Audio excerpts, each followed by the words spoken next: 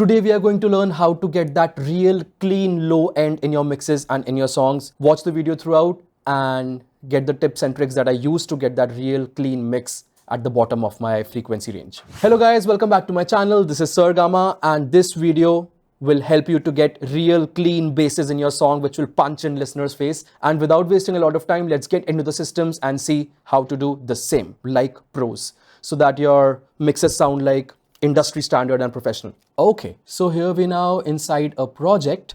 So let's start with the basics and then we'll advance slowly with all the layers and how to do, like how to clean the low end from all the layers of your song or beat or anything. Yeah.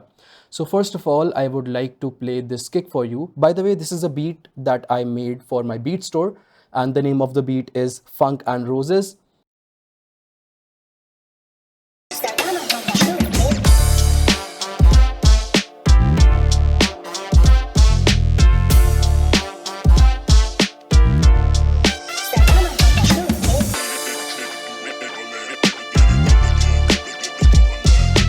If you like it, you can browse, purchase or stream the same with the link in my bio.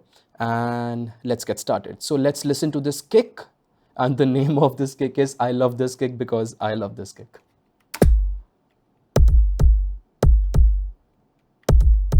So as you can hear, it's all real punchy and in the face. And let's go to this, let's go to the processing of this kick. It wasn't like this when I started out working on this kick. Without the effects, the kick sounds like this. It has that texture, but not that punchiness and those sub frequencies, right? So let's see what the processing I have done in this kick. First of all, an EQ to get the shape and, you know, get that low end sub bass a little bit boosted and boost the highs also, so that we have a little bit of like high hitting frequencies in the highs which you can listen from your speakers of your phone and your laptop. If you don't have a good system or a bass heavy music system, then the kick should be audible in all the systems, right, wherever you're listening. So that's the purpose of increasing these high frequencies. Then this plugin, I love this plugin, but people do not use these plugin, like this particular plugin which is RC20 on basses and kicks. But I don't know why. The most famous use of this plugin is, you know, the vinyl texture that it gives. People use it in their leads and melodies and chords basically. But I personally love this plugin to be used on kicks and bass. It has some amazing presets and the preset that I have used is bass talk, and just see how much difference this makes. Let's listen to the kick without RC20 first. Now with RC20. Ooh, you can feel the warmth of the kick from where it came. Yeah, just one plugin made all this difference, and this is one of the best plugin I have, and I use it on like almost all my bass layers. But if you do not own RC20, I'm guessing like it goes on sale a lot of times on Black Fridays and New Year's and Christmas and all of those stuff. You can like see if there's any sale going on for RC20. But if you still do not have the budget to purchase this plugin, you can use some free distortion plugins. One is Saturation Knob and another one is Camel Crusher. We'll talk about that also in this project only later. Then after RC20, I have Kashmir Essentials. This is also a great plugin by Kashmir, but if you do not own Kashmir Essentials, the preset, not the preset, but the part of this I'm using here is Kashmir Essentials kick part. And Kashmir Kick is a standalone different plugin in which you can use only the kick section. Right now you can here see there are 5 different areas you can use. One is for the bass, one is for the drums, one is for kick, one is for synths, and one is for vocals. But if you download Kashmir Kick only, that is free to use, and that's all you need to make this kick what it will become right now. So let's hear it without the Kashmir Essentials. Oh, I'm already loving this one. With Kashmir Essentials. So this plugin is great to provide that high end and mid end frequencies that I was talking about to make the kick present in all the systems like laptop speakers and mobile phone speakers. Yeah. So as you can see, the trance and the air are one of the most important parts which helps. So let's hear it without Kashmir Essentials and with Kashmir Essentials.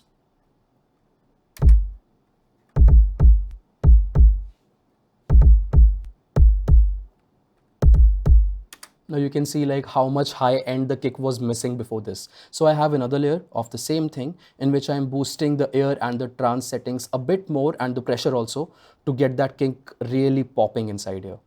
Let's hear it without and with.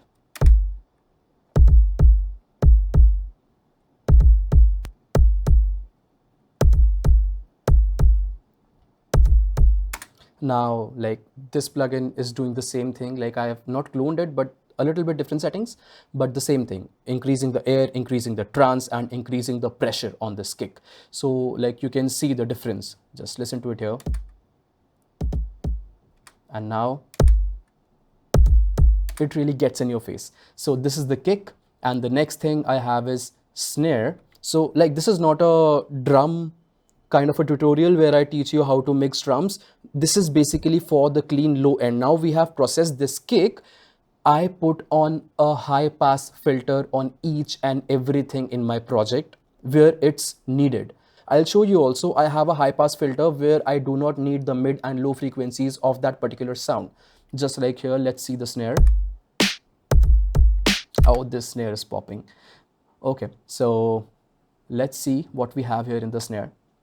So the first one is an EQC. I have like low cut everything that I do not need below 150 hertz, approximately 150 hertz, and increase the little bit of this, you know, the tonal layer of the snare. Now, if I bring this all the way here, you can see these frequencies here around 2050 hertz. These 2050 100 hertz somewhere. We do not need that. So this is not much in one snare, but these kind of frequencies add on from all the layers and creates a very disturbing low end rumble, which in the later part of your mixing process or producing process, you won't be able to get from where it's coming, because it's very kind of a rumbling sound that comes in real low end, and you might not be able to notice it until you know, render out the complete mix and master. So that's why it's a precautionary measure that everyone should take. Just take this high pass filter, get rid of all the frequencies you do not need. And also do not do it too much because it can hamper the sound of your snare or any other instrument that you're using. Just listen to it. If I take it too far, then what will happen?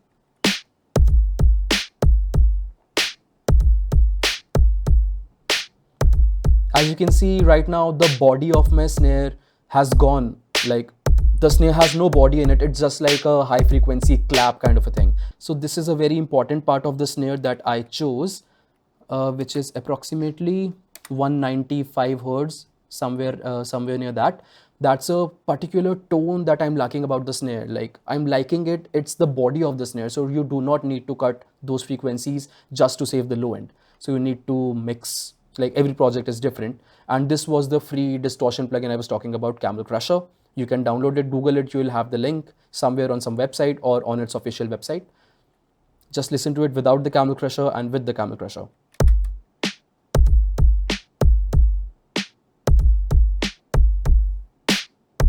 Ooh, makes it popping. Saturation means you are adding harmonics in it. Yeah. So when you add some harmonics in a sound, it increases the frequencies in all the ranges, even in low end. Once you have added this distortion plugin, saturation plugin, you need to put another EQ and, you know, wipe out all the low end that was not needed, just like this. As you can see right now, I have gathered again a lot of frequencies below 100 hertz, which are not needed. So I just will put on a high pass filter. And hence we have a clean snare which will help us in cleaning our low end. The next is, I guess, 808. But before we move ahead, I want to tell you something special. If you want to learn music production, mixing, mastering, or even music business, I am offering specialized, dedicated courses for all of these. And these are not video courses which are pre-recorded. These are live courses in person with me, online or offline, and you can access every detail you need to know about these on my website, which is sirgama.com. And also mentioning the website, we have currently redesigned the website and added great educating articles about music business, beat licensing, and all of that stuff. Now, mentioning the beats, I also want to tell you that I sell beats online on my website, which is sirgama.com/beats. So if you are a singer or a rapper, I might have the right beat for you. Let me know on Instagram if you like something. Also, for all my YouTube subscribers and my video viewers, I have specific limited time offers on all my courses, as you can see the timer going on my website. So grab the seats before all the seats are booked, and yeah, see you in there. Let's continue to the video. I guess 808. Okay, perfect.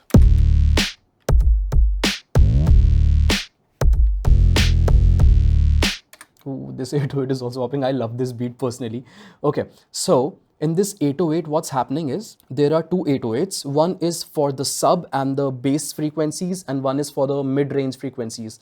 It has mostly middle and higher mid frequencies, so that the bass is also, audible in your laptop and phone speakers, just like the kick. And if you want to know in detail about how I do 808s and all the levels, how you can process and program your 808s, I have a specific video that you can reach out via the cards here after you watch this one completely, obviously. Because like 808 is one of the most important part of the song. It gets the listener and traps the listener to listen to the song, especially in hip hop. So 808 and sub frequencies are one of the most likable frequencies. Like, no kidding, who doesn't like an 808 or bass in a song? Yeah. So I have a specific video in which I show you different levels of like basic, advanced and pro levels on how to program and mix your 808s so that you can get that punchy thing. Okay, so here I have an 808. See, people do not do this, and it's your choice personally if you want to or do not want to. But I put a high pass filter on 20 hertz, like 20 hertz or something, in almost all instruments I use, because scientifically, people, like human beings, cannot hear frequencies below 20 hertz and above 20,000 hertz. So still there is a possibility to get that rumble collected below 20 hertz. Anyhow, you won't be able to listen it because we are not programmed, like human beings are not programmed to listen frequencies below 20 hertz. So I cut those frequencies in every instrument I load in my mixer channel. And I have some basic EQ, like popping off these high frequencies, also putting on a low pass filter and booming some 110 hertz frequency for the sub, and just a basic EQ for the bass.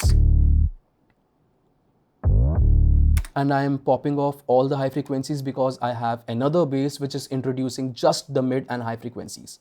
Let's have a look to it. See, I have a low pass filter here so that I do not get unnecessary low end. If we listen to it without the EQ,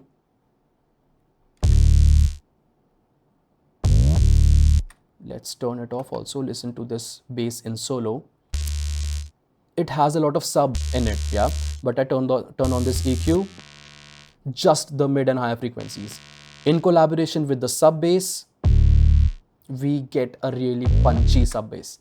Okay, so the first thing, this is a bass bus, but like earlier I was programming this grid bass also into the bass bus, that's why I named it. But right now, due to some mixing thing in the middle, I have rerouted it to the drum bus, so only the bass is going to this bass bus. Let's see. Again, RC20, I love this plugin, and I guess, yeah, it's the same bass talk preset that I'm using in RC20. Let's listen to it without this. Let's turn it on.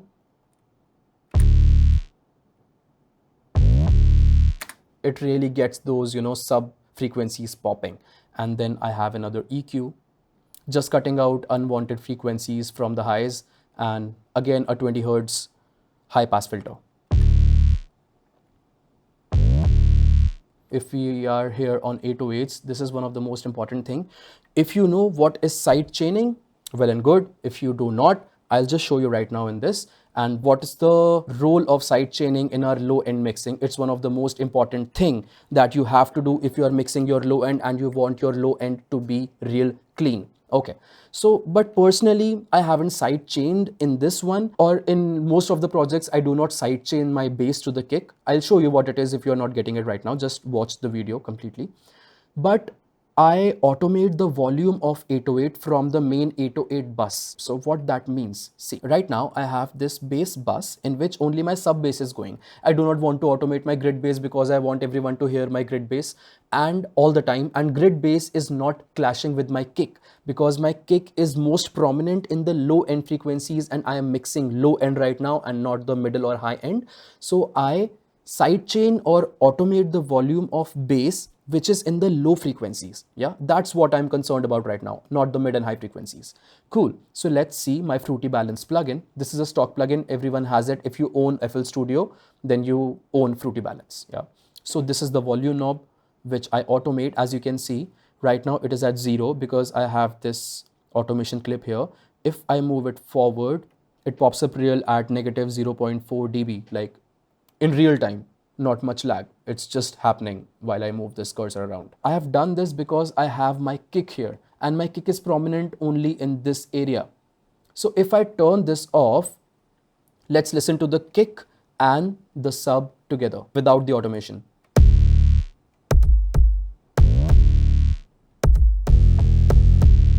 So whenever the kick is playing, it gets, it clashes with the 808 and you get a very distorted kind of a sound, which is not clean. And like, if you're not a good listener, you might like it because it's bass after all, but it's not clean. If you'll play it in club speakers, it will distort the speakers and like you won't have a pleasurable experience. For that, what I do instead of side chaining, I automate the volume of 808. Yeah. So I do not automate this fader right here because I want this fader, to be free. And if later part in the mixing, I want to change the volume of something, I can do so with this. I do not have to change the, value of automation clip all the time if I even want to change a decibel or something while mixing. So I upload this Fruity Balance plugin, which has a volume knob and a panning knob also, which I do not use. I just use the volume knob and I automate the volume from my Fruity Balance plugin. Now, the bass is not audible at all when my kick is at the highest. And when my kick starts to fade out, I automate this and bring it here and the bass comes in gradually. Just listen to it with the automation. It will sound a lot cleaner. Let's get the grid bass off so you can just listen to the sub bass. And without the automation, a lot of difference. So this is one of the major trick that you have to do if you do not want your low end to get rumble. Yeah. And let's move on to the next thing. Also, let me tell you how to sidechain if you do not want to automate and it seems a lot of work to you. But I would still prefer automation over sidechaining. But if still you want a sidechain, I'll show you how to do it real quick. Get to your kick mixer, do a right click here on the bass bus, and you have to sidechain to this track. Go to your bass bus or whichever mixer rack your 808 is on. Then you have to open a Fruity limiter. From here, go to the compressor, not the limiter. Here is the part you can sidechain, yeah? Then right click here on the sidechain, select the kick. After this, just play, get your threshold low.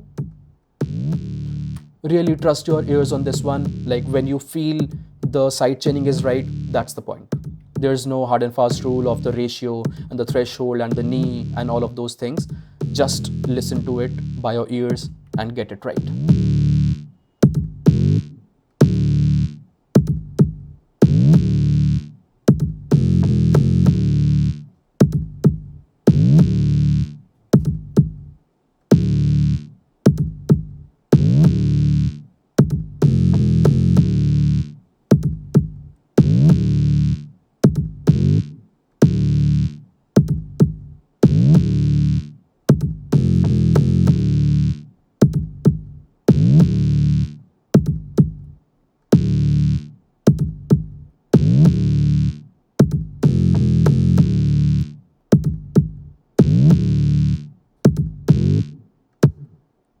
I guess that's it for this one. You have to put your attack as minimum as possible because you want your 808 to duck down as soon as the kick starts. Yeah, you do not want any delay in the starting. And if you want to know the details of a compressor and how to use a compressor, all of the settings that I am messing up with, like the threshold, knee, ratio, attack, release, sustain, everything, just drop down a comment and I'll be happy to make a new video on compressors for you. And there are a lot of free compressors also, except if you do not want to use the stock, there is a compressor called Kotelnikov. I talk about that compressor in a lot of my videos. I prefer that also. That's a great compressor that you can use if you do not want to purchase any compressor, if you want it for free. So that's the one you have to go for. But the stock one is also great. I use it a lot of times. Next thing, after the 808s, I have a hi-hat loop.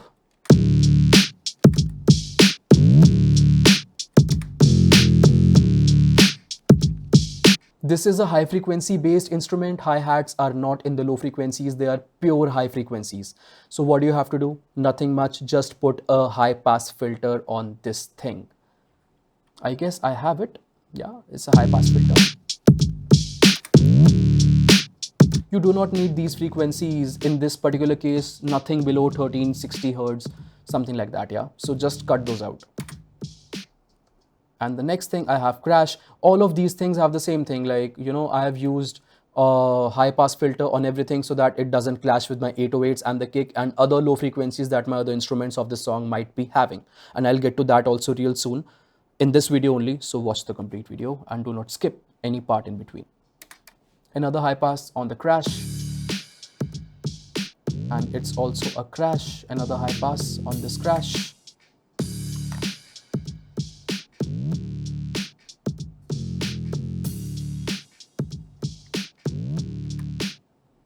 And I have a short Kashmir riser, another high pass.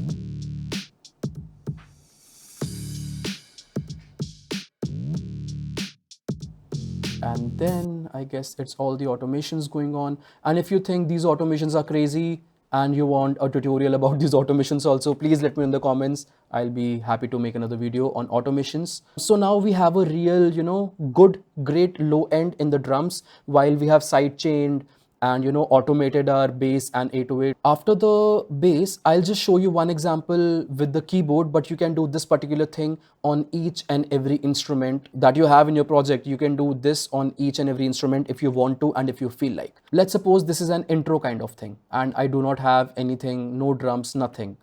Just let's suppose, let's bring in some 808s and hi-hats. Yeah, I already have them here. Let's listen to it, what the intro section sounds like.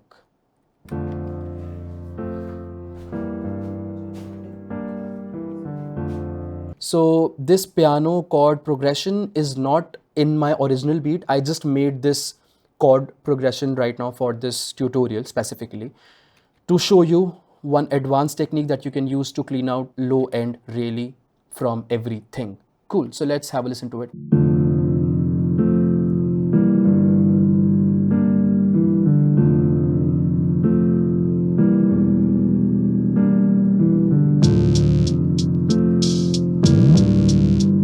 Okay, so as you can see in the starting section, I have just the chord progression, and the chord progression is bass heavy. Like now you can really listen to the bass that is being produced by the piano sound. Yeah, I do not want to remove the low end from piano when it's being played in solo because I'm loving that.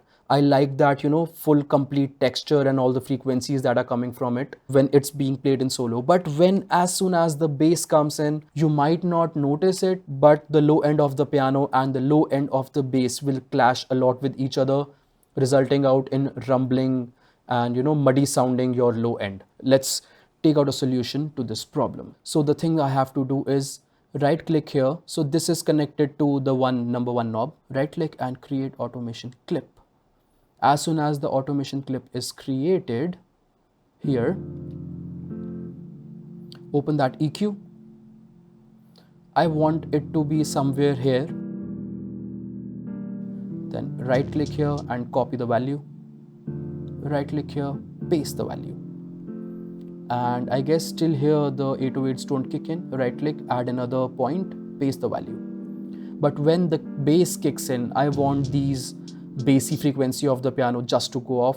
Now, if you will focus on this EQ plugin right now while I play, you will see that we can listen to the bass when the 808's not here, the bass from the piano, and when the 808's come in, the piano cleans the low end and you can listen to the 808's really without the rumble and all that muddiness.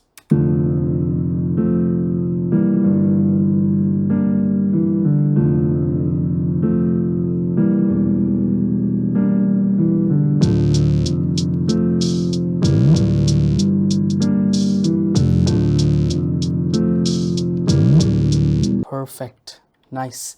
So this is one advanced thing that you can do in majority of your instruments, and just not with the bass. You can use this particular technique to, you know, clean the low end from low end or even the mid or the high end, you have to just automate the EQ knobs. You can do it with any knob that you have, or even in the high end, in the mid, or in the lows. So you can do this to, balance out the frequencies of different instruments together if you are layering some things, so that there are no clashes, or what do we call in industry terms as masking. When we say masking, masking means frequency ranges from two different instruments are clashing together, like whether it is sub, whether it's mid, or whether it's high. So you can use this technique to, even pull down some frequencies in mid from some instrument, so that another instrument gives a punchy mid, or you can do anything that you want to with this automation technique.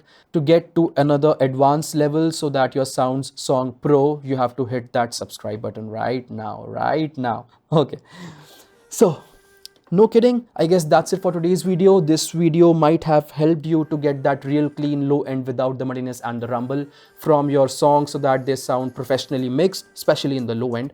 And if there's anything that you want to ask, if you have a doubt, and if you want me to make any other video on another topic that you want to learn, please let me know in the comments. And if you like what I told you in this video, hit that subscribe button, hit that like button, and sharing or recommending the videos or the channel to someone like some other producers or your friends, it'd be really helpful. And if you want to support me directly, you'll get a link of buy me a coffee in my bio, which helps me to continue making these videos. I get motivation and a lot of stuff, and you also get some exclusive things if you take membership of that. You can just go to the link and you can see all the details there. And follow me on Instagram if you still don't. Most of you don't, so yeah, please follow. You'll get my username somewhere here and the link in the description as well. And before I end this video, I just want to tell you that I have a specific YouTube video series that I made earlier, which is purely based on music business about independent artists. So you will have all the details, insights, distributors, PROs, what are PROs, publishing administrators, copyrights, trademarks, all of that stuff that people do not talk about openly, specifically on YouTube, because they charge for that stuff. And I provided all of that for free for the community. Right now, you can check that also with the card popping up here or with the link in the description. The name of the series is all about music business for independent artists. It's for free for everyone on YouTube. Go and stream. Perfect. That's it for today's video, and see you soon in another video with another crazy topic, another insight next week, next Friday. Till then, stay safe. Bye-bye. आजा आजा पंगड़ा पाले